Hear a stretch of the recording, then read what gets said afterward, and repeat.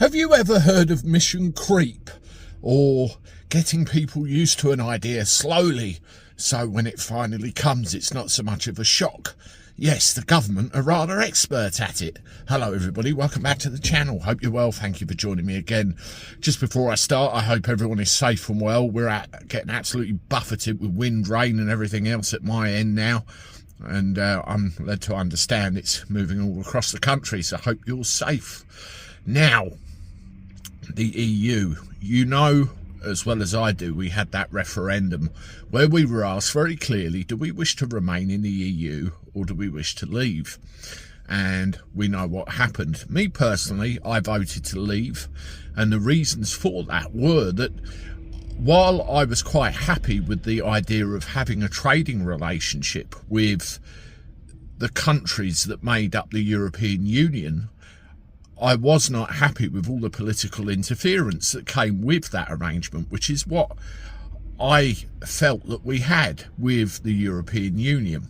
So I voted to leave, and the political interference that we have with our own country is another matter entirely.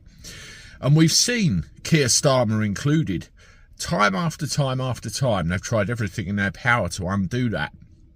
We've seen meetings in France where Keir Starmer has met with Macron to discuss resetting our ties with the EU. And this is the latest one. Rachel Reeves is... Rachel from Accounts, let's get that right. She's going to be meeting with the EU to discuss the nature of resetting the economic ties between us and them. Now, what does that mean exactly? Me believes that this is a slow mission creep into rejoining the EU. I think that's what's going to happen. At some point, they're going to make an attempt to do that, therefore usurping that democratic referendum we had all those years ago. It seems like forever ago now, but it wasn't really.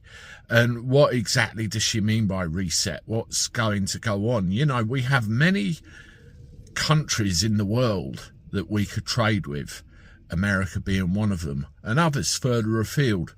All of the countries within the EU we can trade with. All right, you could argue we could trade with the EU, it'd save us all the bother of all those individual trade agreements, but the EU would want more than we should be prepared to give in return.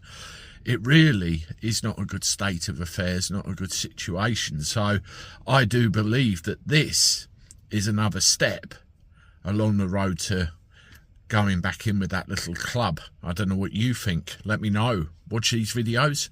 I look forward to talking to you soon.